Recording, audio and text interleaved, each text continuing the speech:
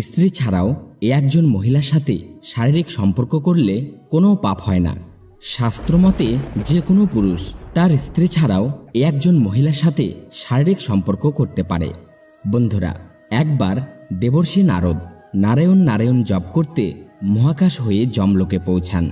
তখন যমলোকের দেবতা যমরাজ একটি বিশাল সিংহাসনে বসেছিলেন। তার পাশে ভগবান চিত্রগুপ্তও বসেছিলেন।